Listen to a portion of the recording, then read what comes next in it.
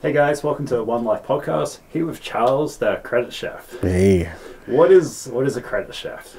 Oh, well, the credit chef is me. So, I started off cooking. That was my passion when I was younger.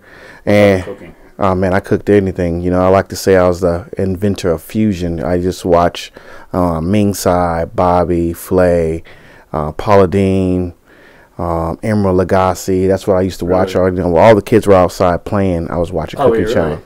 Really? Where'd you grow up? What state? California. Okay, so you haven't got any southern background or No. type of cooking? No. So what is California cooking? Like, what is I mean, it's pretty much just tacos. So that's why I kind of was watching other styles. So I learned, Italian from Tyler Florence, and Cajun cuisine from Emerald Lagasse. Paula Deen had a whole lot of down south cooking, so I learned to cook with a lot of butter and things of that nature. So I would just listen and watch, and then I would see all these different seasonings. I'm like, okay, marjoram, what's that? What do you use that for? Growing up, my mom used parsley on everything. We had parsley on eggs. We had parsley on chicken. I mean, I didn't know until I grew up and learned how to cook parsley as a garnish, not a necessary seasoning. Gotcha. So she was seasoning stuff with it. So, is your mom a good cook? All right, we're gonna plead the fifth on that one. My mom, as my mom said, she'll get you a good meal, but she definitely, that's not her passion. And when I say that, like me, I really love to cook. I don't rush it through the kitchen, and I can tell who's a good cook, who's not, because they're running through the kitchen. They're not a good cook because they're trying to hurry up and finish. That's when you know that. When I know cooking, it's done when it's done. It doesn't matter when you start. You can't cook. You can't cook chicken in 10 minutes. Okay. It's going to take an hour if you really want it to right. So you embrace it. You enjoy the journey of cooking. I enjoy eating. In my brain, I already know it's going to take an hour. So I've already cooked the process already, seasoned, preheat the oven, season it, make sure it's good. What side I'm going to put it down? What is my sauce going to be? I'm all thinking about all this while I'm seasoning chicken. Gotcha. Okay. So that's where the cooking side comes from. Yeah. And what age did you start that?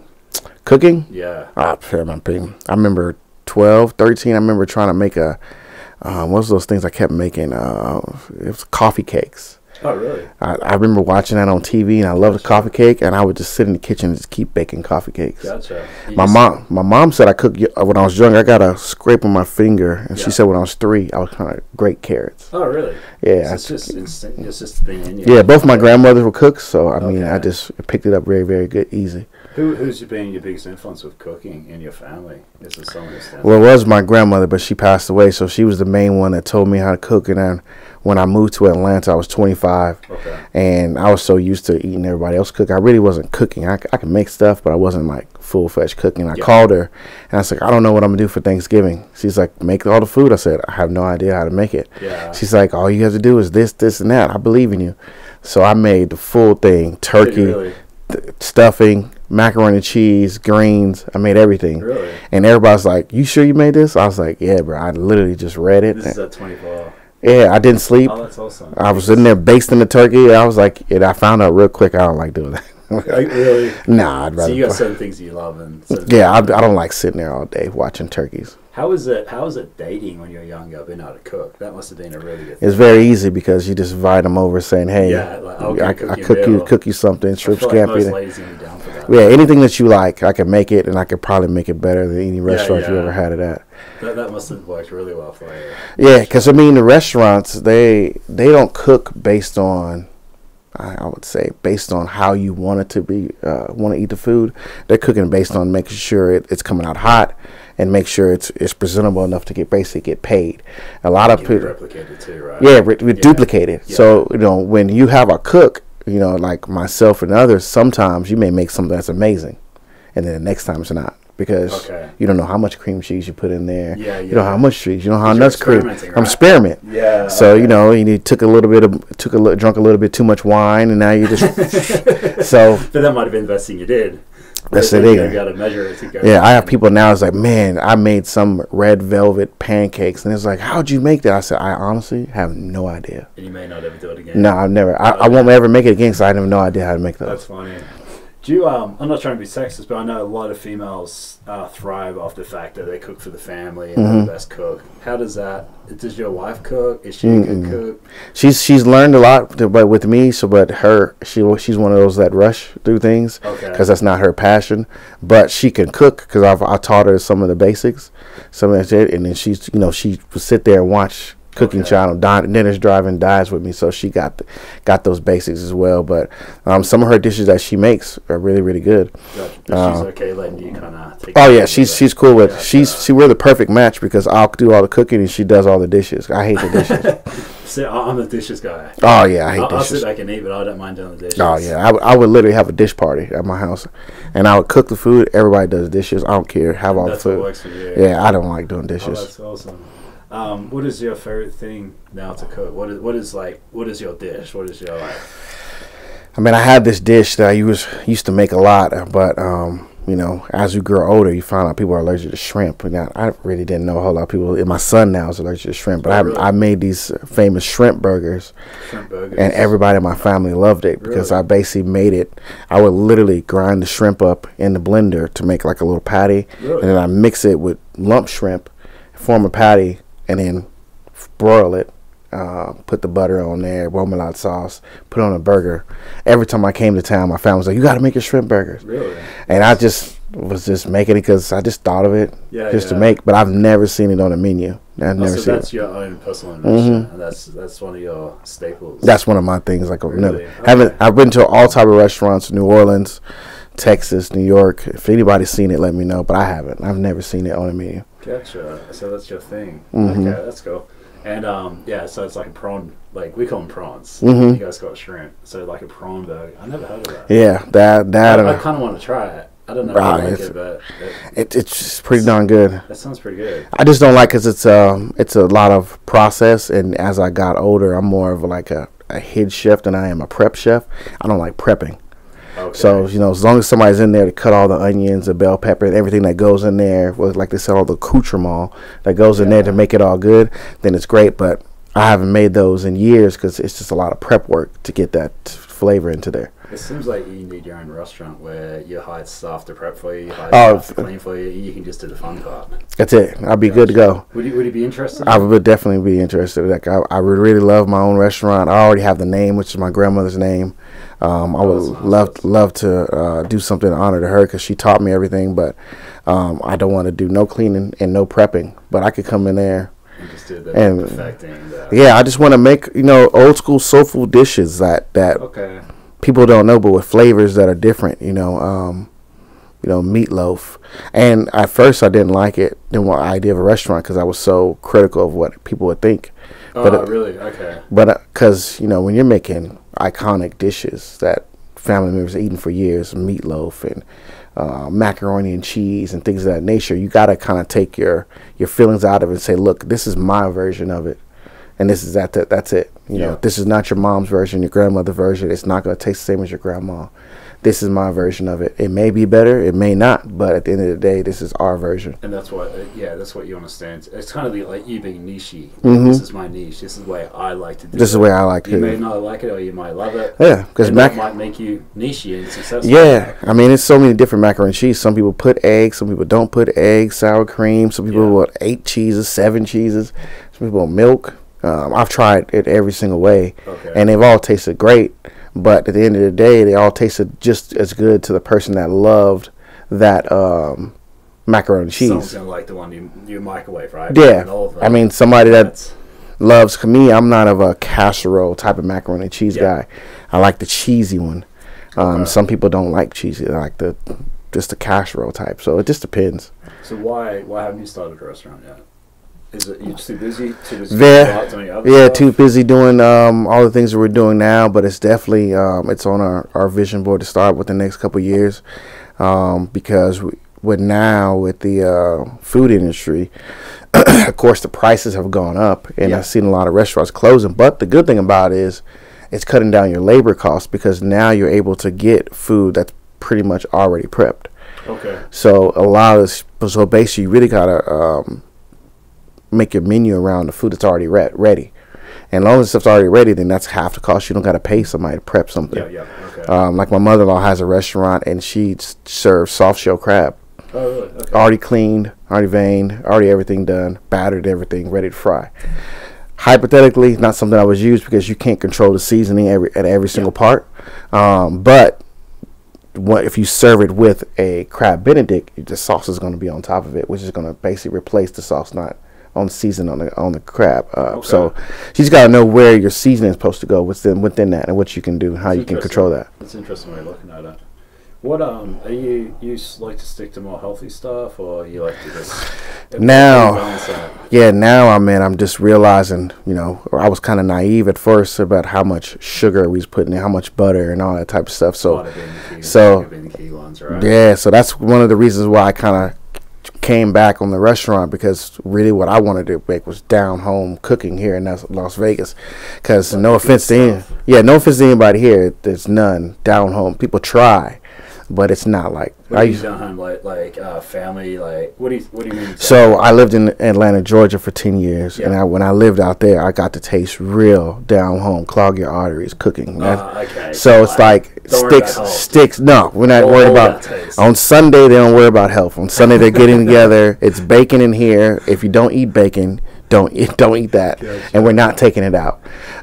So it's like there's a complete difference, man. If you try to make greens without the ham hock and all that, it tastes good, but when you make it with turkey, it's like it doesn't have that flavor. But at the end of the day, it's healthier. So it's like, do you want to lose people? Because my wife, she went vegan for a little bit, and she wanted to make a pot of greens without anything in it. Oh my gosh, it was terrible. Yeah, but it probably wasn't terrible. Not to her. Not to her. Her was good, but to me, it had no flavor, because all my life I've been eating that, having that meat texture flavor, and it had none of that in it. And I feel like that's a lot of reason why a lot of people stay overweight. Like the parents teach to kill carrots with honey, right? Oh yeah, absolutely. And then that's just a staple. The kids never had carrots without honey in their life, so why would they ever start? I mean, who would eat carrots without honey? Well, I would. I'm just saying. Because that's the way I was taught, to be like a little bit healthier. Obviously you weren't, right? No, that's nasty. So you're going to teach your kids. So carrots without honey is nasty. Oh yeah, absolutely. Absolutely. You got to put that. I mean, I do that to my kids. I put it on there. I'm like, golly, that's not. No, you probably shouldn't, right? No, I shouldn't. So lately I've been using, it's a secret for the kids. That packet of ranch seasoning, I kind of put that on all my vegetables. Now my wife's going to see this and be like, that's what you did. Broccoli and carrots and things of that nature. I sprinkle that on there and mix it up with the butter and put that on there, and they eat it. So that way I don't have to do the honey and the sugar, 'cause that ranch gives them that flavor, and they're good to go. Mm-hmm. So until I came to America, I never had carrots with honey. I didn't know it existed. Oh wow! And I guess it's like a Southern thing, or it's like it's American thing. And so it's the different things you see between foods. It's not like Australia's much healthier, but yeah. Like even when I went over there, I'm used to eating just regular mashed sweet potatoes, and I went over to Georgia, and I had a sweet potato casserole, and they had marshmallows on it, pecans. I'm like, what the heck is amazing, this? It's good, but it's like, I didn't know you could add marshmallows to sweet potatoes. I didn't know either. I was like, wow. But once I've had it, that's all I kind of want now. But even the same with cornbread. Like if you add honey to cornbread, oh man, it takes it to a whole nother level. Cornbread's already pretty unhealthy anyways. It's cornbread. And you're talking about a pound of sugar, you're talking about a pound of cornmeal, a pound of milk. Yeah, that's why it tastes so good though. Oh, it's great. You can only have one slice, but I mean, it goes with it. That's something. To me, I was telling a couple of people, you got to find what you're going to give up and what you're not. I mean, so cornbread is non-negotiable. Okay. You're not going to eat it every day, but it has to go with chili. It has to go with greens. It has to go with chicken. Okay. So when you do it, you do it. You eat it right. This is why I look at soda. I cannot stand diet soda. I don't see any reason to drink diet soda. Right. You're going to have soda, enjoy it. Just don't do it every day. Right. Do it in moderation. Right. If you have ice cream, have ice cream. Right. But don't do it every day. Yeah. And you're talking about the same thing with that's the same thing. Yeah, I mean, you can't, I'm not going to make it every single day, but when I do eat it, I consume enough of it that day to where, I'm good for the week. I'm good for the week. I'm good for the month. That's exactly what I do. I have one day off a week where I just go nuts, and I'm good for the week. then I get back on track. And yeah, I'm perfect. I feel like that's where a lot of people get wrong is they don't get back on track. That one day turns into 2 days, then turns into 2 weeks, and all of a sudden they're like, oh, it's been 6 months. Yeah, because when you take time off, and I think this is with anything, when you take time off and stop doing the mundane tasks that we always do, which is going to get fast food, pulling to the drive-thru, or cooking this and cooking that, you have that taste and that thirst in your mouth, especially for sugar. When you stop eating it for a couple of weeks, to me, when I do eat it, I start to see, I can now pinpoint what it does to my body. Whereas before, when I was eating it on a continuous basis, I didn't really know. I just know, oh, when I eat chicken, fall asleep, and everybody will laugh about it. But now it's to the point where it's like, now I know not to eat fried chicken, greens, this and that, because I'm not going to have a productive day, because I'm about to fall asleep. And if you have, say, a can of Coke, right? If we both had a can of Coke, this time tomorrow, guess what? Your body's going to be like... Yeah, I need a Coke. Yeah, I need a Coke. It's weird, isn't it? Yeah, I haven't... You cut it out completely. Yeah, I haven't drunk soda for 45 days, and I noticed something. I wasn't able, the past couple of months, to wake up at 5 a.m., 4:30 a.m. I couldn't. I would always be groggy. I couldn't get up to 6, 7 a.m. Yeah. I cut out soda. And after about 2 weeks, I popped right up at 5 a.m. every single time. Never failed. Starting to get like insulin sensitive. Yeah. And I was like, you know what? And that's not for me. And then maybe for anybody else, but with me, I have a goal in mind and what I want to do with my life. And to me, soda is not that important to where it's going to cost me 2 hours out of every single day. That's 60 hours a week times 12 days. I mean, how much more productive I could have been to wake up earlier to make sure my kids get off to school, or wake up earlier now. I wake up at 5 a.m. and I walk 6 miles and I get done at 7 a.m. Okay. So, that soda could have cost me my life. Yeah, 100%, right? 100%. How old are you now? 40. You're 40. Okay, I'm 42. So we're at that stage where we don't get on top of things. You can really do some detrimental damage at our age. I feel like once you hit your 40s, guys, that's kind of like you need to wake up. And how old are your kids? 7, 5, and 4. Yeah, and you're also at a point where you want to be that good role model. You want to see them grow up. You want to see them get married. You want and you want to be as healthy as possible to spend as much quality time with them as well, right? Absolutely. And I feel like that really happens in your 40s.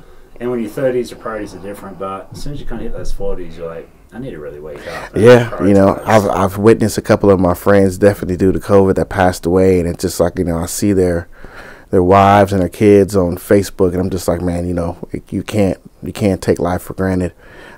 Food is great, alcohol is great, all that stuff is amazing, but it's just like, I made it past that time. Yeah, I was able to enjoy it. Now it's time to not necessarily live for myself, but to live for my kids, to make 100%. Sure I see my grandkids. That's all it's about, right? That's all it's about.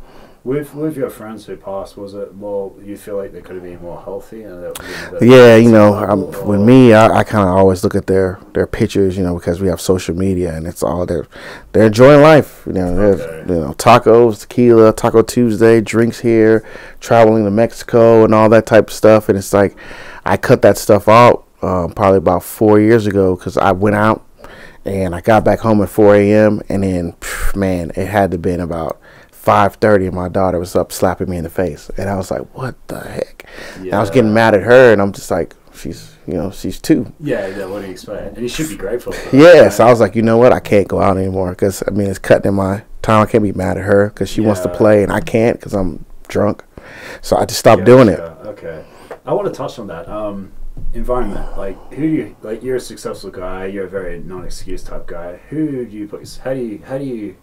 How do you become that person? Is it environmental? You put yourself around the right people first, or you just kind of put your head down and you work on yourself, and then those people swarm to you? I mean, one thing I used to, my grandmother always took me to church, and one thing I heard one of the pastors say when I was little, that church is like the washer machine. It washes you and makes you whole.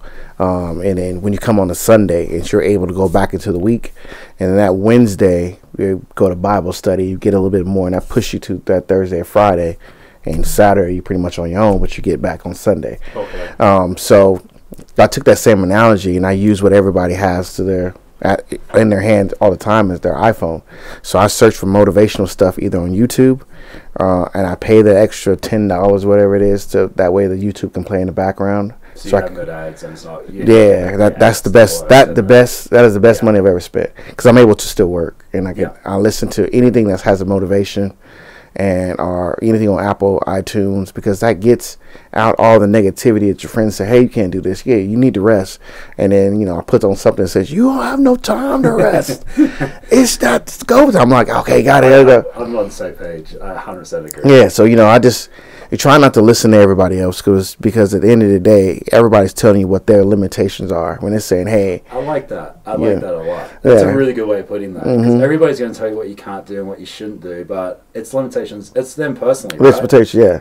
And they're not listening to Tony Robbins. They're not listening to Zig Ziglar. They're not listening to the people who are telling you can do whatever you want. Yeah, so at the end of the day, I remember I was in corporate, and one of my bosses said, hey, man, good news goes uphill, bad news goes downhill. No, so I'm sorry. Good news goes uphill, bad news goes uphill. That's right. Yeah, bad news goes up, good news goes down.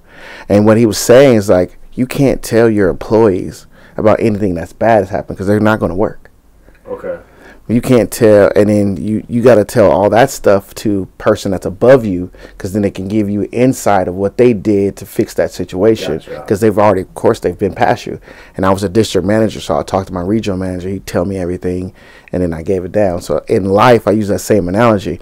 You can't sit there and tell your wife, hey, this is what's going on, it's happening, because they're going to be like, what? They're going to go crazy. What? Yeah. You got to find you another mentor. So if you're trying to make $100,000 a month, you need to find somebody that's already past that and let you know, hey, this is what I have, what's going on, because that's uncharted territory. Nobody in my family made $100,000 a month. Yeah. So to talk to them, all they're going to say, man, you need to save. And no, saving is actually the worst thing you can do. You need to spend more. You spend more on marketing, spend more because you're getting your brand out there. You should be spending more on marketing than you're spending more on yourself. And that's where a lot of mistakes. When I was in the business, I traveled a lot and I did a lot of stuff. I bought a lot of cars, and I should have been, using that on marketing. Reinvesting back in yourself and your business, right? Yeah, marketing, photos, and all that type of stuff. I thought employees was the way, but employees come and go. And when they leave, the emails are still in their inbox. The phone calls are still left unattended. But when you work on your brand and work on your system that you have, it doesn't matter if anybody leaves, comes, or goes. It can always be fixed. Just put plug and play. There's so many things I want to ask you. I'm trying to prioritize what I want to ask you. Yeah. I want to get back to the environment, like the books, environmenting. It kind of gives you, it's like the 4 Minute Mile, right? Mm-hmm. You know the story of 4 Minute Mile? I haven't heard it. It was like nobody can run the mile in 4 minutes. Right. I think it was Tony, I can't remember his name, but once it was done, 26 people did it a week later. Right. It's never been done in history. Yeah. And I feel like by reading, consuming the right content, and hey, this person makes $100,000 a month, it can actually be done. It gives you permission to do it yourself, right? Right. And I feel like for me personally, I have certain conversations with certain people. I have my gym buddies, I have my family, I have my drone buddies, and I have certain conversations with those people. But I'm not talking to them about my financial goals. You got to talk to the right people about the right things. Yeah, you got to keep everything compartmentalized and understand that sometimes you're going to grow out of some friends because of where they are. And if you look at that at weightlifting, I remember at one point in time I was lifting a lot of weights, and I forgot what guy, and he says, man, I change out my gym buddies like every couple of years. Yeah. And he's basically explaining it because their max might be 325, but I'm going to grow out of that. And then I get to 375, so they can't really work out with me anymore because they can't get past that 325. Gotcha. So that mental block. Yeah. So or they're okay with 325. So and there's nothing wrong with that. There's nothing wrong with that. Yeah, there's absolutely, and that's the thing. And I'm definitely not putting down on anybody or anything. Yeah. And there's nothing wrong with that. You just got to understand if you want more, you need to put yourself. You're the smartest person in the room. You're in the wrong room, right? Yeah. Yeah. So you need to be at the bottom. You need to be around people making more than you if you want to make more money. Yeah. That's like me having you here. You do better than I do. Therefore, I'm picking your brain. Yeah, because somebody calls me and says I'm broke. I'm just gonna be like, I'm talking to the wrong person, man. Only thing I can tell you is invest back in your business and keep that doing that. But other than that, it doesn't really matter because I've been broke so many times that word doesn't mean anything to me because every time I've come out of it. So people say like with a millionaire, he has all this money, and it's like, look, if you take everything away from me, I'll build it back up. And that's pretty much how I am because I've learned so much about processing. I got the knowledge that the money doesn't mean anything. There's multiple different ways that you want to do, like podcasts. These are a great way to build up your brand. and just build your brand and get out there. But nothing's gonna, I guess, work for you more than you yourself, and you yourself putting yourself out there, working on yourself, and make sure you're ready. Have you heard that as a saying? If you took all the money in the world, divided evenly, within 5 years, the rich people would have it back. And that's kind of what you're saying, isn't it? Yeah. I mean, if you develop what you need up here. Yeah, because at the end of the day, if you don't know how to manage your money, I can financially, I can sell you anything. Financially educated. Yeah. Whatever they say, like you got to know how to handle money. Yeah, you got to know, because when I first heard $1 million, I'm just sitting like, woo. But you got to break it down, 30% taxes, and that's before you finally realize you got to get a good tax person. Then you bought this and you bought that, and then you got payroll, you got your systems, you got marketing. Next thing you know, you're sitting around with 200,000. You take a couple $10,000 vacations. Yeah, it's you're broke. That kind of reminds me of Shark Tank. They're like, yeah, we made $1 million this year, but they actually only netted $100,000. I was like, yeah, that's a lot of money, but $100,000 is not that much money. No. To actually net. You net $1 million, now you're in a different story. Yeah, that's totally different. It's different. Yeah. You know what the top 1% earner in the country is? How much you got to make? Have a guess. To be in the top 1% in America. Shit, I don't know. 10 million? It's only $400,000.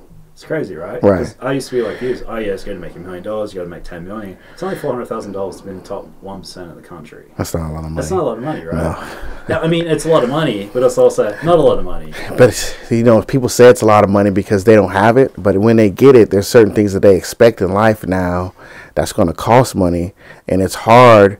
It's two sides to the coin. Either you're going to save it or you're going to spend it. That's it. Yeah. There's no middle point. It's kind of like weight. You're putting weight on, you're losing weight. I have a friend of mine. I love him. He saves his money. I love it. I have nice cars. I have nice things. Big house. He doesn't have none of that. Saves money. He's going in life and he's doing it all.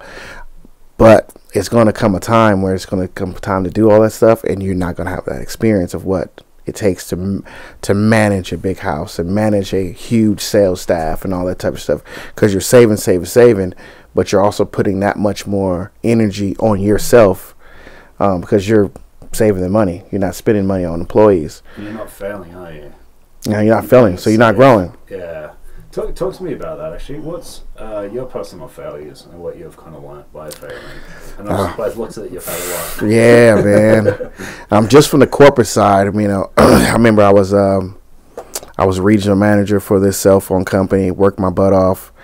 Got up there, was working days and nights just to make it to the manager, made it to being a manager. Then I worked my tail off to become district manager.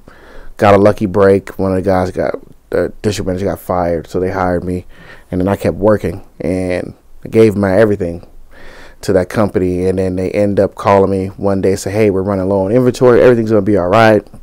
So I'm not thinking of it, but I'm pumping the team up, hey, keep going. And we usually have 70, 80 phones in our inventory. Now we got 10. And they're like, it's like, there's something going on. I'm like, nope, just keep selling phones, ship it to the customers, you guys are good to go. Because that's what I'm hearing from uphill. And then about 2 months later, I get the call, yeah, we're going bankrupt, we're closing the company, we're going to find a new position for you. You can move to Florida or you can stay there. I chose to stay in Atlanta, look for another job, and they wanted me to start off at the bottom. Gotcha. So here I am losing $100,000 a year, which to me was a lot. You about to get that position, and then now everybody's trying to pay me $6, $7 an hour, and I have all the stuff. Wow. I have a $1,000 a month apartment, which that was a leap for me. I have 2 cars, have credit card debt. I got all this stuff. I got a lifestyle. Are you living above your means, or are you just living to what you're getting paid? I wasn't living above. I was just comfortable. I was doing about comfortable making $100,000. Yeah, I was doing about $8,000-$9,000 a month. Gotcha. So but by losing even 10, 20, 30 grand, I'm used to going out to eat wherever I wanted. Gotcha. Do you have a safety net? Were you worrying about that at the time? I had nothing. I had nothing. So just touch on that, because 8 out of 10 Americans live paycheck to paycheck. I'm sure you're well and truly aware of that. Oh, absolutely. So what do you tell people out there as far as having a safety net or not getting that? Because if you're employed by someone, or even when you work for yourself, you never know what's coming. You never know what's coming. So how do you prepare for it? I really don't. Being in those different type of predicaments as an employee and as a business owner, I don't really believe in a safety net. I believe in more in credit. personal and business credit. You always that but cash to me is irrelevant. Your cash should be out there working for you, versus, and then you should be living off your credit, because let's say you have a safety net of $100,000 and you have to spend that. Now you're broke. Yeah. Or if you have a safety net, or you have $200,000 worth of credit, you can go use that, and lo and behold, something happens. You can always make payments on that small amount. You still have your $100,000 here to use to back that up, to either pay that down if you need leveraging it. Yeah. Gotcha. Okay. That's interesting way you put it. Is there anything can you over leverage it, or is there any way if you can kind of screw that up? Yeah, you could put that money into a business bank account, and then you can start borrowing against it, so you can get loans and things of that nature. Because the banks want to look at you from a relationship standpoint. They want to see that you're putting money into that account.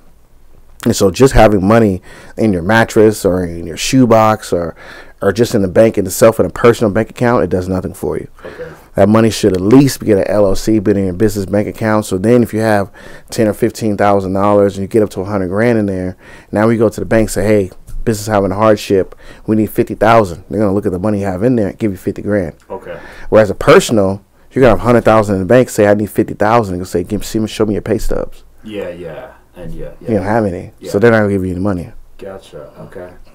What other failures have you kind of? Failures in business. When I first started, I'm a huge procrastinator. You still are today?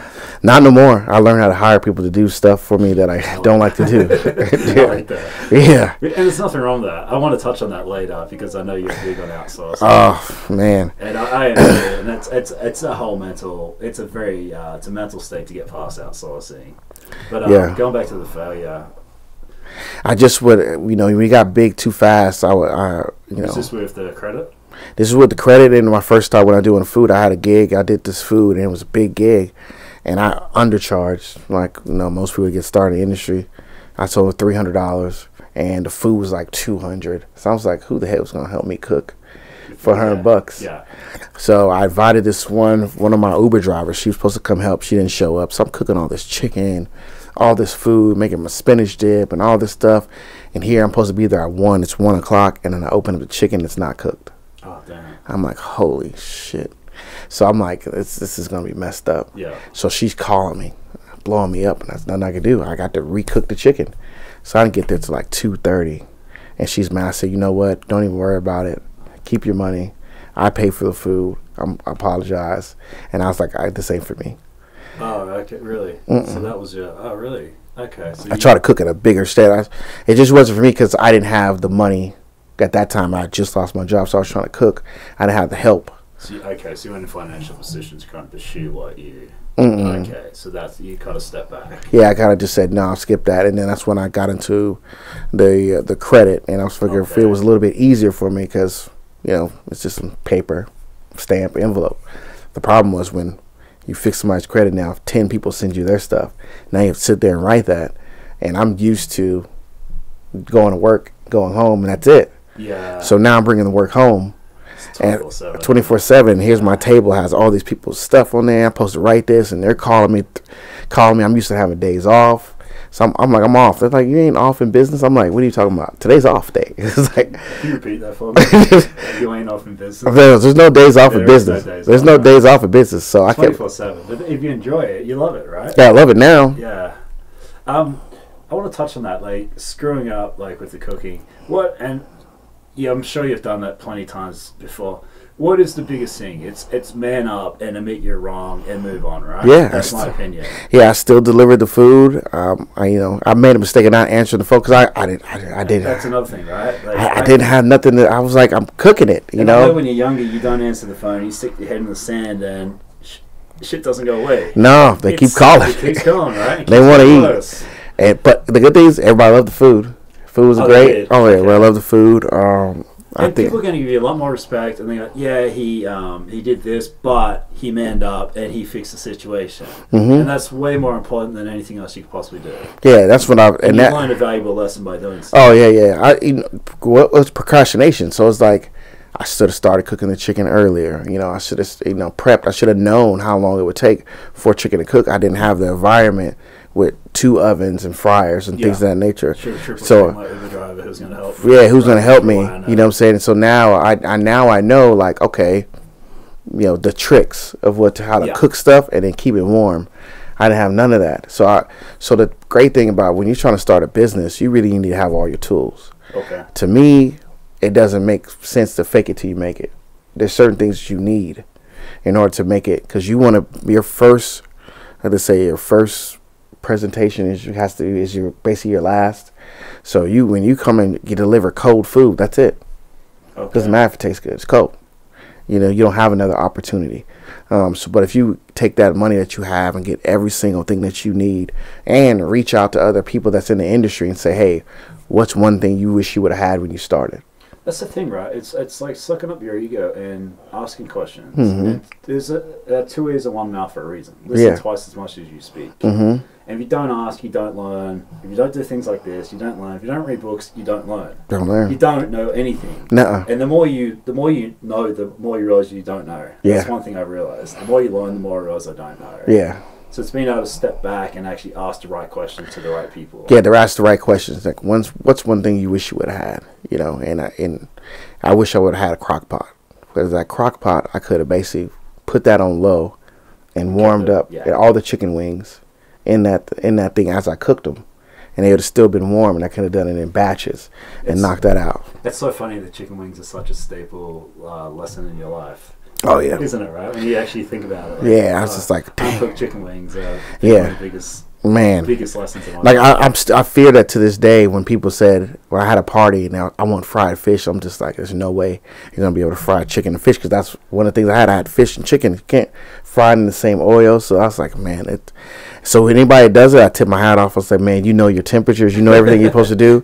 But when I order stuff, cook, no. Either chicken or fish, because I don't want them to have a problem and not deliver the stuff because we got oil everywhere. Gotcha. So the credit chef is credit repair, correct? Mm-hmm. And I know you've got an interesting story of how you got started that, and it was fixing your own credit, wasn't it? Yeah, fixing my own credit, but then basically it was one of my friend's dad. When I first moved to Georgia, I first moved out there because I wanted to do music, and that was my thing, you know, be this big time music person. What type of music? Singing and writing. You actually sang yourself? Mm-hmm. Oh, awesome. Yeah, so I wanted to do that, but then when I got there and I saw all the other people that were really talented, I was like, oh, snap, this is good. Because I was from a little small town, so it was only like 4 or 5 good singers. Yeah. So you go to Atlanta, it's like, holy moly, these people are good. You know, Seth Rogen, I saw a thing of him the other day. He's like, I wanted to be a stand-up comedian until I moved to LA and I realized how good everyone else was. He goes, I need to find another direction. Yeah. And that's why I became an actor. Yeah. And you're telling me the same story. Yeah. But there was this guy there. I was inside of Purple Ribbon, and shout out to Killer Mike. Killer Mike sat us all down. It was me, Janelle Monáe, an artist named Scar, who Janelle Monáe is a famous singer now. She's amazing. She was a pup at that time. Yeah. Okay. Nobody knew who she was. Scar, and a group of others, and he was sitting there talking to us, and he all said, hey, look, all of you are not going to make it in the music industry, but you need to find something. If you love music, find something within the industry that you love to do. You know, you might make CDs, you might do flyers, you might be on stage, you might, whatever you want to do, still within music. I love that you said that. But find something that you can make some money, because don't keep trying to put your album out and you don't make it and then you just give up. Yeah, I love that you said that, because I'm a huge, and that comes from reading, right? It's like, just because you may not necessarily be a singer, there's a million other avenues in that industry where you could do something you love or help someone else become a singer, or right. You don't necessarily, and I'm not saying just that you got to give up on your dreams. You can keep pursuing that, but you got to start looking at like other outlets that actually going to pay you to keep pursuing that. And cooking I thought was going to be my thing, because they love to party and they love food. And then I found out after that, and I didn't like dishes, and I didn't like having to learn all this stuff, how to prepare the food. That was one thing that going to school would have taught me, how to prepare and how to charge per pound for each person. Yeah. And I didn't go to school. I just was self-taught chef. So I was like, you know what? their credit's bad, so let me go fix their credit. And that's pretty much what happened. I was cooking, and then one of the persons like, hey, we need your credit fixed, and I fixed that person's credit, and he turned me on to another person, and it just kept growing. Your credit in the first place? Credit was jacked up. Yes. Were you trying to buy something? Were you trying to get a house? Nah, just, back in that time, it was around people was being more cognizant about their credit, and I applied for stuff, and I couldn't get it. What were you applying for? Just the car. I had no car. I was in Georgia. Just basic things. Yeah, I was in Georgia, and the car that my mom gave me was messed up. I was staying in an apartment that had roaches in it, and I was just... You're stuck. I was stuck. You didn't have any money. Didn't have any money, man, I was just stuck. And so I kept trying to pay this person to fix my credit, pay that person, pay this person. I'm giving them all the money I had, and nobody came through with anything. Oh, really? Yep, and then finally I was able to find a person that was able to fix it, and then... Who was that person? Was it a company? Just a company, a guy out of North Carolina that fixed it, and then boom, I just was. After that, it was really probably like 6 months before that company closed that I was working for. I went and bought a new car. I got credit cards. I got all this stuff. I was living the dream. I was like, I got a new car, got credit cards, 0% interest. I was happy. I think I was just 30, just turned 30. Yeah. So I was like, man, this is great. Okay. And so then after that, I lost a job, and I couldn't afford to pay for everything, and it messing my credit up again. And that's when I had to do it myself. So what was that lesson there? Like, were you overspending? Like, you got your credit fixed, and then no, that lesson was payments are going to come. Payments come every single month. Gotcha. So that lesson was, not necessarily you can't be sleeping in like you used to. You got to go out and make that payment every single month. Okay. Every single time, and I remember there's one point in time I had, just being naive, I had like $20,000 in the bank. My car note I had left was $16,000. What I had left, and I was like, should I pay it off? I was like, nah. I didn't pay it off. I spent the $20,000. Then my car got repoed. Oh, damn. And I was like, that was just stupid. Yeah. That was dumb. But at least I love the fact you can just say that was. Oh yeah, that was dumb. I mean, we were having fun though. We were out just at all the parties having a ball. You're not trying to make excuse. You're like, no, that was dumb. No, that was dumb. And that's what I tell people. It's like, man, I'm not trying to be here. Tell people, hey, this, that. I'm letting you know, like that old school commercial where it says, not only am I a client, I'm the owner or whatever. I done messed my credit up more times than anybody, so I can tell you. But that's what helps you, right? Yeah, because I'll tell you, look, you can put yourself in their shoes. Oh yeah, we know what shoes you're in. You're giving me your last dollars. You don't have any more money. You don't have anybody to turn to. You can't get an apartment. You can't finance a piece of gum. I've been there. Do you feel like that helps you build rapport and trust with your clients? Yeah, I feel more obligated to help them because I've been in that situation. Oh, you feel obligated? Okay. So yeah, I want to help them get out. Yeah, I was like, I'll help you get out this situation. Gotcha. And some people, at the end of the day, I can't help because their situation's a little different from mine. Because credit isn't about X and O's. It's really about other things that you did. If we can't help you remove a Wells Fargo bank account, if you're still banking with Wells Fargo, your home mortgage is in Wells Fargo. That's pretty difficult. Something's just stuck. Yeah, something's just stuck. Gotcha. By fixing your own credit, did people around you just kind of see that you're starting to get your life together a bit, and they start asking you questions, and that's how it led into what you're doing? Yeah. People was asking me how to do what I did because I read a lot. I'm the type of person that I go to YouTube for a lot, and I just listen and I watch. You're obsessed with one. Oh yeah, yeah. I watch hundreds of videos. I mean, you can basically teach, which you end up. Yeah. I mean, I challenge anybody to YouTube and see what their amount of videos they watch. They're probably not going to catch me. Gotcha. Because I don't listen to music. I watch YouTube all day long. I mean, I just figure. And you love music, and I love music, but I don't listen to music either because I'm not learning anything. If I hear the same song 1,000 times, I haven't learned anything yet. At the end of the day, I look at everything as their job. I'm not going to sit there and go to McDonald's and watch somebody make a burger. So listening to their music is something that they did. They get paid on. Yeah. I'm not going to listen to it. But when I work out, yes, because that gets me motivated. Right, yeah. But during the day, when I work out, I'll fall asleep on that treadmill. it's self-awareness is what works for you. Oh, okay, yeah. Yeah, okay. Yeah, somebody has to be yelling at me. It has to be a beat. Other than I'm leaving the gym. I just gotcha. Whereas I can go, it's okay. So what was kind of what was the kind of turning point? Like, you fixed your own credit, you started to help friends, people around you. Was it when you're like, hey, I could probably do this for a living, or I could probably make some money from So it this? was when I moved here. So I moved here to be with my then girlfriend, and we moved in. To me, was the most expensive place here in Las Vegas. Yeah. And she was on me. She was like, "Why are we getting this spot?" And I was like, "I don't know." I said, "There's people here that got money," and I said, "These people here have bad credit." I just followed the money. Gotcha. And so she was like, "Whatever." So I got in, and I literally had nothing. I think I had $2,000 when I moved here to my name. That was it. $2,000. Huh? How old were you when you came here? Oh shoot, 32. Okay. It's about 8 years. 32 or 33. Came here with $2,000. I had no driver's license. I lost my license through a DUI. Oh, wow. I got a DUI after I lost that job because I was just on a downhill path. down here. I was doing crazy stuff. That's how I lost that 20 grand.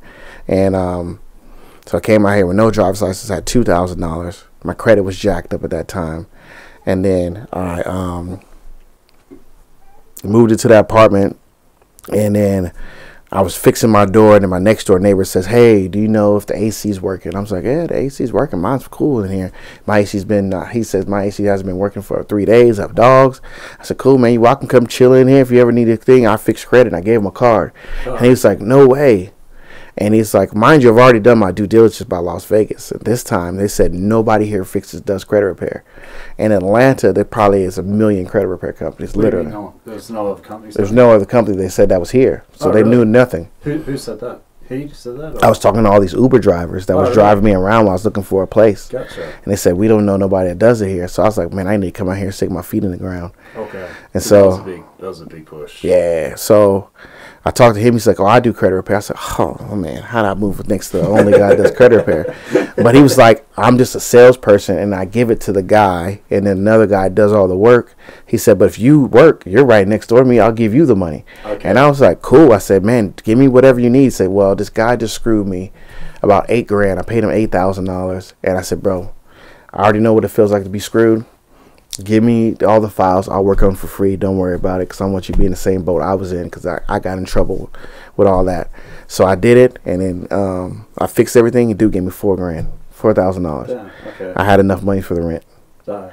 So I was like, holy. I showed my girlfriend. She's like, "Wow." I was like, "We're about to go. This time we're eating just reckless. We're about to go to Caesar's buffet." We were just eating reckless. And then it just grew. He started handing me all these people. I went from regular people to names I can't even name on camera, but these are A and B celebrity people. Gotcha. That people have their own shows and stuff like that. I was like, wow. So fixing their credit, and then it grew from, I think at the time I moved here, I had 10 clients, and now I have 5,000. Oh wow, how cool is that? As a space of what, 7 years? Yeah, that's awesome. Yeah, but people talk about me. People are still calling. It's like, "Man, my friend told me to fix his credit 3-4 years ago." It's like, I can never change my phone number. I just get called, random calls. So you're probably referral more. I get a bunch of referrals. You probably get referrals. Like yeah, most of my stuff referrals. I tried ads. I liked it because it made me resonate in people's minds. They saw me, but those people didn't know who I was, and so I got like, I have bad reviews, and I tell people, man, bad reviews suck, because people think, "Oh, you got bad reviews on Google." But at the end of the day, it wasn't my service that was bad. It was basically my customer service. Something was lacking that they didn't like, and that gave me the opportunity to fix it. And then once I fixed it, we've been on the page. But I mean, it is 1 star. This is all honesty. Yeah. I mean, and you gotta get that. You gotta get that regardless, right? I mean, I looked at Bank of America, $1 billion company. You know how many 1 stars they have?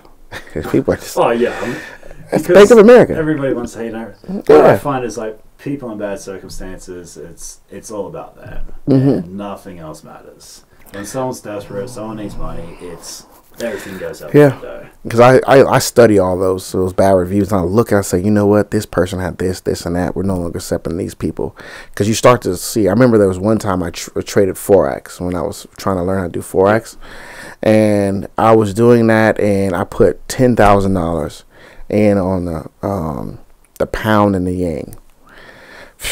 Man, that thing was going up. I made like 15 grand. I was so happy. I called the guy that was teaching me. He says, yeah, keep letting it go up. It's going to go up. This is probably about 4 or 5 a.m. I was like, cool, bet. I fell asleep. Didn't do a stop loss. Woke up $9,000 in the hole. You fell asleep. I was like, what the heck? I guess the 8 o'clock news came out. The thing went back down all the way. And I was like, whoa. So I said, what am I supposed to do? And he's like, man, just wait. It'll go back up. Wait, it'll go back up. I said, you sure? He said, yeah. Next thing you know, I get a ding and margin call. Basically, I didn't have enough money to wait. Yeah. So I studied that thing until I kept watching YouTube videos. Yeah. And I studied and found out the dang pound in the yen was going down the whole time. Yeah. I bought it going up. Gotcha. For the whole year, it's been going down. Gotcha. And I bought it going up. So all it did is I made money when it went up, and I should have took my profit. And then after that, it went down. It was never, ever coming back up to where it was. Gotcha. I would have needed millions of dollars. So you made some silly mistakes out of the time. Yeah, so I was like, I learned from that now, and I just analyze all the mistakes and say, hey, I'm not gonna sit and yell at this lady and talk about her and get into a type war. This is why it's your fault. Okay, what was wrong? Okay, when was the last time she was called? When was her account processed? What did she have on her credit report? Did she pay her invoice? Yeah. Some people, and we didn't convey that because some people may miss their invoice, but we never called them. Okay. And told them they didn't make a payment. We just assumed you didn't pay us, so we stopped disputing. Yeah, that's... But because we didn't call, we didn't know, she didn't know, so now I got a bad review. Gotcha. It's amazing how far a little bit of communication can go. Right? Oh, yeah, communication's pretty much it. Is everything. Like, not sticking hands and just make... I guess so many people owe me money at the moment. If they just called me and just communicated with me, they'd be all fine. I mean, I've had the same thing. People that I've owed money and people owe me money. It's just like now in the days that we're in with Instagram and social media, it's like you owe this person money, but you just took a trip. And that's the thing, it kind of bugs me too, right? Yeah. And I know when I was younger, I'd be the type of person who wouldn't make the call, who wouldn't just... If I just made that call, if I just manned up, things would be so much easier. And it's like that hindsight, right? Mm-hmm. But you got to learn from that and become the better person today and lead by example today. Yeah, I just put my limit at $100. That's the most I can lend you, and I expect not to get that back. Yeah, I guess that's a good way of looking at it. Yeah, $100 is the most. I don't care. You could be stuck on the side of the road. I got $100 for you. I want to. You mentioned like you work with like celebrities, people in better position. How do they screw up the credit? Really, they screw up the credit by just not having the time to check on this stuff. So, a lot of these actors and these rappers, these musicians, and I had one guy who was a NBA agent. They're just so busy with life's mundane tasks that they don't understand that one collection can drop your score 100 points. Oh, wow. One 30-day late can drop your score 100 points. So really, a lot of their stuff was really basic and minor, but to them it was high because they couldn't get approved for their Bentley or their Rolls Royce because they had a collection. But I'm looking at the collection like, what is this? Oh, I moved out of that apartment. I forgot to pay the bill. I think my assistant was supposed to do that.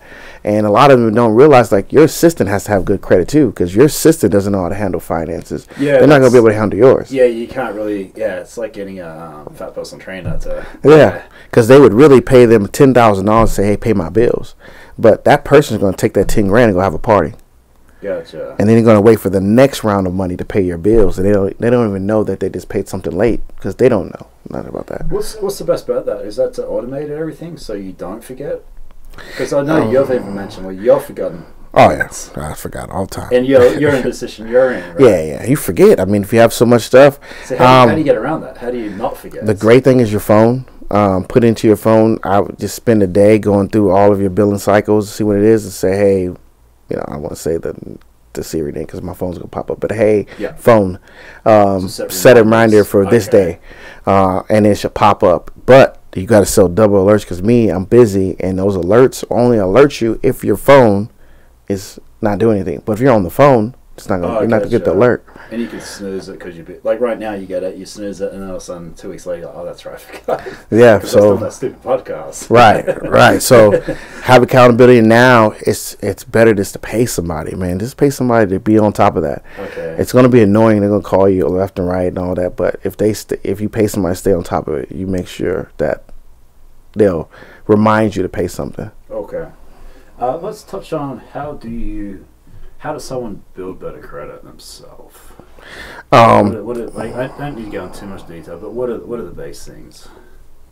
The basis is really three factors. There's credit cards, there's loans, which is a personal loan, and a car loan. That's all you really need. You need to have credit cards, so you can either ask a mom, a dad, an uncle, a cousin, or aunt, anybody, a grandmother that has credit that's very successful in life. You want to come to them and say, hey, please, can you add me onto your credit card? I don't need the card. Shred it, put it on ice, throw it away, whatever you want to do with it. I just want to benefit for your good paying history to help expound on my credit. Gotcha. And so when they do that, that 20 years of age or 10 years of age they have is going to pop up on your credit, boost your score up. And then once you do that, then you go apply for your own credit cards. What's that called? I mean, authorized user. Authorized user. Okay, and that can be done from a very early age, can't it? Yeah, it's 16, 15 years old, something like that. Okay, so are you going to do it with your kids? Mm-hmm. Oh, absolutely. You're going to put them on yours? Yeah, that makes the most sense. Yeah, interesting. Mm-hmm. And then you mentioned you get your own credit card by doing that. So what do you do from there? So once you do that, it's going to register your score. It's going to be a week 700, 750. Which is high, right? Which is good, but it's weak, because it's only one trade line on your credit report. So then you go to a credit union and try to get into a credit union, pay like $5 to your local credit union, apply for a credit card. They're typically going to give you something between $5,000 to $10,000 limit. Okay. Then you apply for a car loan. If you don't have a car, keep it small, $5,000 to $10,000 car. They like to cross collateralize, so they like to give you a credit card and a car, because if you happen to not pay the credit card, they won't give you the title for the car, so they like to cross collateralize. Oh, okay, that's interesting. Gotcha. How do you get past? How do you like you say $5,000-$10,000 for a car? How do you get past on? I don't know anyone that gets a $5,000-$10,000 loan. Most people are getting a $25,000-$30,000 loan, buying the dream car from the get go. Yeah. So how do you get past that mindset? Man, I mean, really now there's really no excuse, because you have so many things where you can, rent the car out on. You got Turo, you got hire car. So you really want to use that. You don't want to use that car as your personal car. You use that as an investment. Okay. So that $10,000 car that you have, you might want to get a Corolla or something like that you can basically give to somebody that drives for Uber and have them pay you $400 a week, and your payment's only $300. Okay. So you're making money, but I would say stay between your means, where that payment is so small that you can make it every single month. And that's what I'm kind of getting at is don't buy something you can't afford. Yeah, because I've had all type of payments. I remember when I had a $350 payment, I could barely make it. Yeah. Couldn't do it. And now I have a $2,700 payment. I'm just like, this is high. But at one point in time, $300 is high. It was high, yeah. So it just depends on where you're at. But at the same time, you have to understand, what your budget is and what your margins are, so that way you can make sure that all works in line with your business. Because otherwise it's counterproductive, right? Mm-hmm. If you can't afford it, then you screw out your credit. Yeah. So it's no point doing it in the first place. Didn't make any sense. Okay. So you, the first one is get on someone else's credit. The second one is getting a car loan or a credit card. What's the third line? After that, you want to try, once you have that established, you want to get a personal line of credit for $5,000 to $10,000, something you can pay back. So now you've hit all three. What's a personal line of credit? Personal line of credit is something that's not collateralized. So that's the bank just giving you money to either pay off debt or go buy, furniture, or go get your teeth fixed, or things of that nature. There's something that's not collateralized. Okay. The banks look at that, hold that more weight, because they know that you're paying that back just because you have integrity, versus a car loan, you're paying that back because you want to keep the car and drive it. Okay. So the personal loan is going to be better for you. Yeah, because you're paying it because there's no consequences really. No consequences. You can get the teeth done and just see you later. Gotcha. Okay. So that's the best thing for you.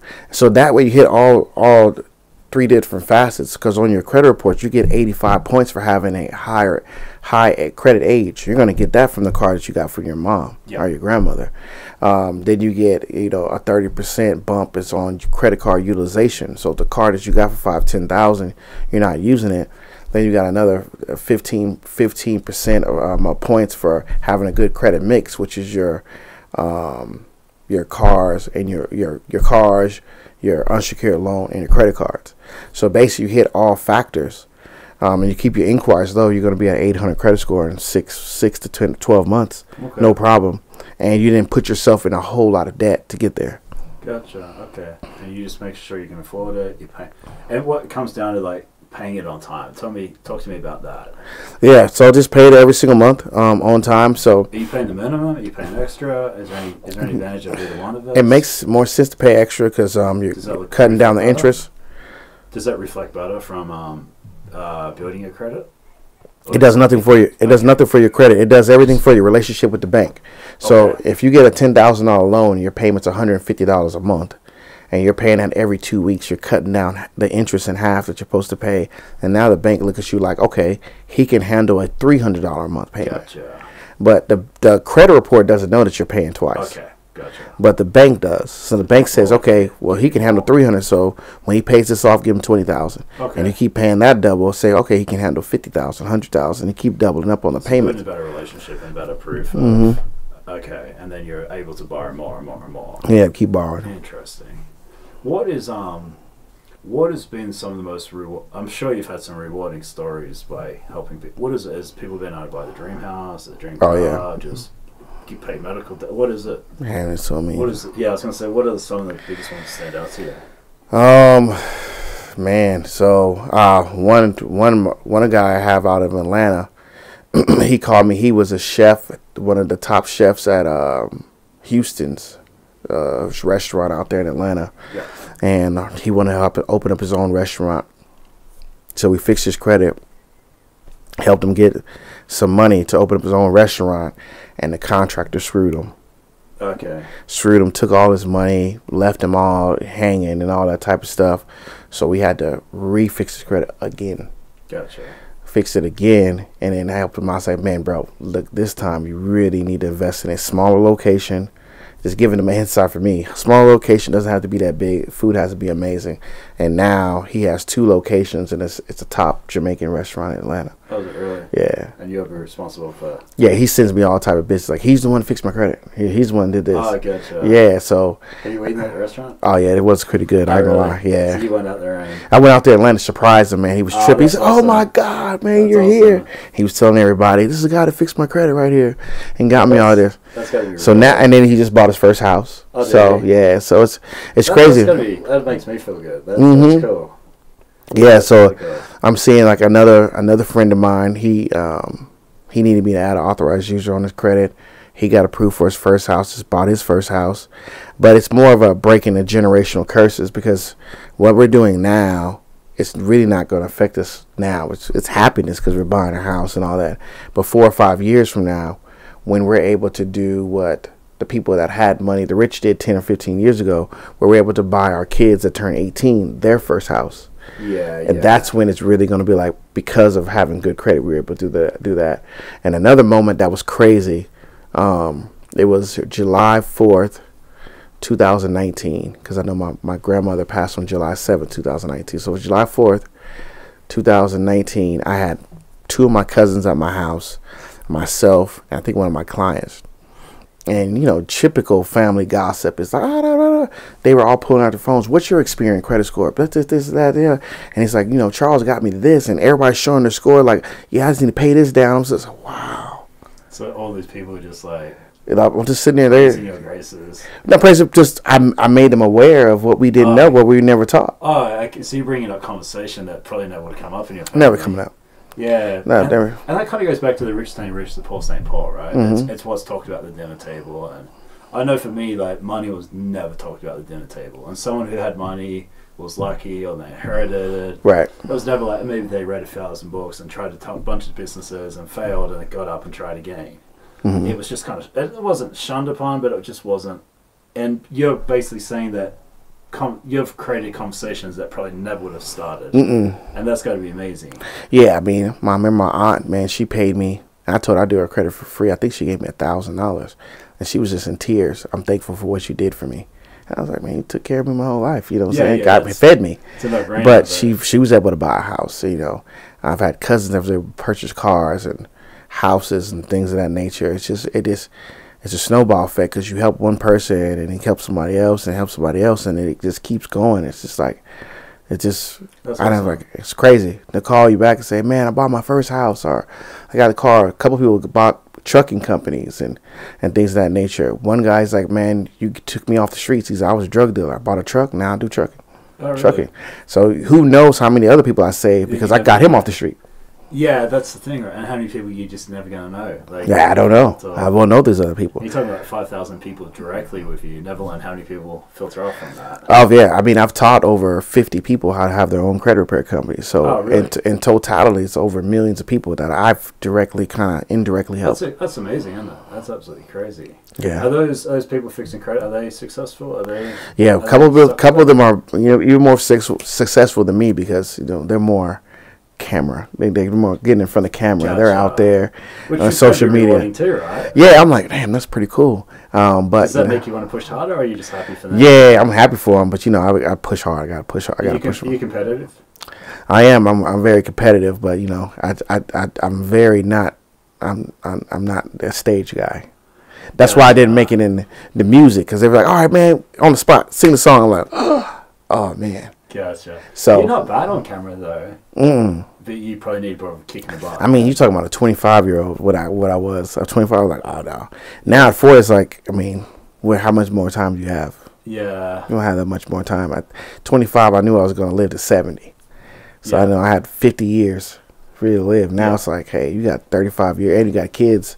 This is going to be recorded. They're going to be able to watch this, and you can't be afraid. Yeah, I hate. I was having this conversation the other day. I was like, when you're 40, it's like, well, how many years do you really have left? I don't know. I'm healthy and I'm functioning well, but I mean, 40 years is 80. There's not many 80s running around super healthy. And yeah, you stop. And I think that's a big thing is you got to stop caring about what people think, right? Because you look back at, say you didn't do something when you're 30 because you worry about someone's opinion.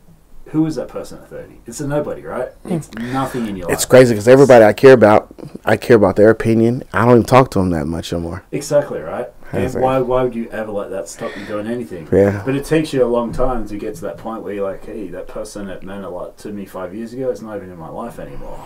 Yeah, and then guess who's in my life? I am. Yeah. And that's all that matters. Yeah, and even as parents, my parents never taught me that. They've said, oh, you weren't not going to be friends with them. But she's like, man, what are you talking about? But if they had sat down and said, this is one of my friends I had, and this is what happened, blah, blah, blah, it's almost that, like with the sales, that feel, felt, found. That was a closing tip, but it's like you do that same thing with your kids, This was one of my friends, and then this is what happened, and because of that situation, we haven't talked for the past 10 years. Yeah. And these are some of the special moments that we shared, so it's bound to happen. We're going to separate, so you got to make sure you always live the best for you at all times. That's interesting. What, as a father, what are you kind of instilling your kids from an early age that wasn't instilled in you? Like, more confidence, just being able to walk up to anybody, and talk and don't have any fear of what anybody's going to say. My daughter, she was on the microphone doing a Pledge of Allegiance, and for the whole school. Oh, was she? Yeah, she's 7. Oh, that's awesome. That's not me. My son, I give him my cards, and when we go out, he's handing the cards. Here you go. Really? Here you go. My dad's the credit chef. That's awesome. I was like, I want to give him the confidence to let you know, like, hey, you can go talk to anybody. You can talk to anybody. You know what I'm saying? Yeah. So you don't want to live in fear, because it's in this day and age, man. Kids can make a whole bunch of money. Yeah. And we grew up in the same generation where go to school, get good grades, get a good job, work 40 hours a week for 40 years, and then retire. But it's just different now. My daughter's 8. If she wants to paint or draw or whatever, I don't care what she wants to do. She just needs to figure out a way of making money doing what she wants to do. As long as she's happy, I feel like that's all that matters. Right. You kind of agree with that? Yeah, I mean, in this day and age, you got YouTube, and there's kids making all this amount of money on YouTube. I mean, it really boils down to, everything's marketing. And we've been living inside of this marketing bubble for so long, we didn't know how much these marketing agencies were making. With these Budweiser and Sprite and, all these places. I remember when the Little Caesars Pizza, I remember when I couldn't afford $11 Little Caesars Pizza. Yeah. When they went to $5, I thought about it. So how much money were they really making to drop it from 11 to 5? Yeah, that's a good point, actually. Just a half a profit. Yeah. So how much money were they making? And then you come to find out, a pizza cost them 76 cents. Oh, is it really? It was like 75 cents or something like that. So it's insane. Like, you mean to tell me you were selling this product for $11, you paying 75 cents? Yeah, that's... And then they got caught because I think at that time it was growing to YouTube. Somebody exposed them, and then they dropped it to 5. And they're still making it. Yeah. Still making a killing. That's crazy. But it's like, you know, with that, it's like with the marketing piece, it's like you can have a child put a YouTube channel and you can pay a celebrity to promote their YouTube channel, and their YouTube channel blows up and the content cannot not even be that great, and now they're getting paid. So it's all about the marketing. Who are you paying to market yourself? Yeah. If you got to pay, so you're either gonna be out there super heavy, or just like the news. You know, people pay what, millions of dollars to be on the Super Bowl halftime commercial. They pay millions. Yeah. So there's money you just have to pay. That's the credit chef in your branding kind of reminds me of McDonald's in a way. Mm-hmm. And I mean that in the best way, because the orange, the credit chef, the branding, your face, it's done really well. Mm-hmm. How'd you figure that out? Man, I got kind of lucky. You're one of the best people in town who do that. Yeah, I got kind of lucky. I really kind of sit down and I overanalyze stuff. And a friend of mine, I was at this conference, a credit conference, and I had a whole different company at that time. Our company was called, we had a different credit repair company. It wasn't even a good name. Yeah. So he was like, man, I see that you're cooking all the time and you do credit. You should be like the credit chef. And I was like, holy crap. Just like clicked. I said, ooh, let me go to GoDaddy. Boom, it's available. I said, boom, I bought it. I said, just let me go right then and there. Love that. I said, let me go to Instagram. I said, holy crap, it's available. Boom, got it. Let me go to Facebook. So the whole time everybody's just talking about crap, I'm just like getting all the domain. Plugging it in. Boom, boom, boom. I'm getting all this stuff. I'm like, whoa, this is crazy. This works. Yeah. So the guy there that was filming the conference, he was like, if you need a website, let me know, because he overheard it. I said, cool, I need a website and I need a logo. He's like, I got a lady. And he sent it to some lady. I don't know where she lived or anything. Yeah. She was somewhere in another country. They created it and he gave it to me. And they were like, here's your logo. I said, oh, man, that's hard. But when she first did it, she was a plate. And it was something like me. I'm a type of person. I'm not a creator, but I'm a fixer. Yeah. So she created everything. And then I said, look, okay, whatever is on that plate, throw it away. I want to do credit. So put the car, a house, and some money. Gotcha. Because that's pretty much everything. Everybody needs a car, a house, and loan money and credit cards. I should have put a credit card on there, but I didn't. But I just put money. Gotcha. How did the orange? How did the color? That's the color she picked. Oh, was it? So you just play and then just pushed with it. I just rolled with it. That's crazy. I love it. I want to talk. You're like obviously making money, doing well. What else are you kind of dabbling in? I know you're playing with Turo. Mm-hmm. Like, is Turo the other thing you're really dabbling in? Have you got a couple of different things? Yeah, Turo is great because what I think I love about Turo is you get to drive those nice cars that you like, but you don't have to pay the payment. It is kind of cumbersome because you're always dropping off a car, you're always picking up a car, you're always putting gas and washing it. But at the end of the day, I have 5 or 6 cars I don't have to pay for. So. I mean, that's any business. You got the tedious, boring stuff. It just needs to be done. Yeah. Can you outsource that stuff? So we can't really outsource without dipping into our profits, the picking up and then dropping off. But I have found a way to automate the text messages. My wife was doing that, and we found a way to automate the messages. So now, as soon as somebody books a car, they automatically get a message. If they ask a question, we have somebody that responds to those questions. Right before it's time for them to pick up, it automatically sends out something 24 hours, letting them know where the car is going to be, lock code, things of that nature. Okay, gotcha. So the only thing I have to do on a daily basis is look at my calendar to see what do I have to wash today, what I have to drop off. Gotcha. And it's doing well for you? Yeah, it did about, I think, 15. The biggest month was 15,000 in December. Okay. Yeah. And that's profit on top of paying you car payments? No, it was gross. So profit's probably like 4,000 because we had to pay those 6-7 cars. But you got these nice cars there. Yeah, I got nice cars. Yeah. Gotcha. And just lastly, I want to touch on outsourcing. Mm-hmm. I know you outsource a ton of your stuff, a ton of your work. Mm-hmm. How do you get past the fact that you can't do everything for yourself, and it's okay to outsource, and it's okay to lose a little? No, I don't say lose. It's okay to spend money to free up your time. You really got to look at you got to really kind of look at your brand and what kind of work do you want to offer them. Do you want to offer them work where you barely made it because you're up to 2 or 3 o'clock in the morning fixing or editing their stuff, or hating life at the same time? You got quality of work, you got quality of life. So what are you offering? And then you got to look at your family. What can you give them if you're up to 2 or 3 o'clock in the morning? You wake up in the morning upset because I've been up to 2 or 3 o'clock in the morning. So at the end of the day, kids got to go to school. Kids got to go to sleep. So when I looked at it, as far as the outsourcing part, I said it just made more sense because when it's nighttime here, it's daytime over there. So they're not really sacrificing anything. It's daytime. They're grinding. So you give them a task. You go to bed, and when you wake up, they send you everything that needs to be done. Yeah. And so you're able to get 12 hours ahead of everybody else. Gotcha. And you just stick to the stuff that you enjoy, and you just outsource it. I know.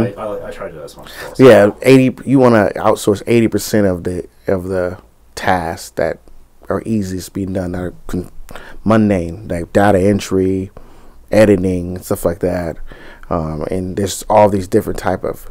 It's crazy now. It's all these different types of CRMs now that are out there to where they can help you get all that stuff done. When I started, it really wasn't anything out there. Okay. We use Skype. Oh, did you really? Yeah, you just use Skype. And now there's programs that you can basically set a program like Monday.com and all these different CRMs, Slack, and I was looking at another one called ClickUp, where you can just put all the people call VAs, virtual assistants, you put them all in there and just, hey, I need this done. And they got it, boom, boom, boom, and they send it right back to you. Gotcha. So it's so you're just freeing up your time. Freeing up time. What is the main thing you do then? What is the main thing? Is it just appointments? Build relationships with business owners and other companies. Right? Yeah, talking to them about, and if an irate client needs to get on the phone, I'll hop in the phone call real quick, blah, blah, blah, cool them off, and then hop back off. Okay. So you just kind of oversee the operation. Yeah, so I would say about 70% free right now, but we're not making it's nearly as much money as I was making when I was on top of it all by myself. Okay. But I'm not as busy as I was before. How hard is that to get your head around? You really kind of prepare yourself to be in a frame of mind where you're not gonna have the Lambos and the big cars and all that till you get the right team, because that energy that you had somebody has to bring that to the table. So would you say you're stepping back and overseeing and freeing up your time, making less money, but knowing in the future you're still going to have that extra free time, but the money's going to continue to grow? Yeah, because you're putting the right people in the right place. I'm getting all my systems and everything in place, and then after that, once my systems are in place, then I'm going to bring in the salespeople that were just like me to do all the sales, and then the money's going to grow from there. Gotcha. So you're looking at you're looking long term than you are like right now. Yeah, because most people would get all the salespeople to make as much money, but as I saw when I had those bad reviews, who's going to call all those people? Yeah. I'd rather have customer service people spending time calling the same people over and over, getting that experience, than, I have 50 clients for them to call and only got 2 people. Okay. If you spend all that money getting that infrastructure together, and unless you're out still doing that marketing and still being out there, you're not going to bring in that many people into the business for them to basically cultivate and talk to. So if you just focus on customer service, your automation, your SOPs, your scope of work, just all that, you're going to be good to go. Okay. I love it. Cool. Thank you so much for your time. That was amazing. No problem. Really appreciate it, man.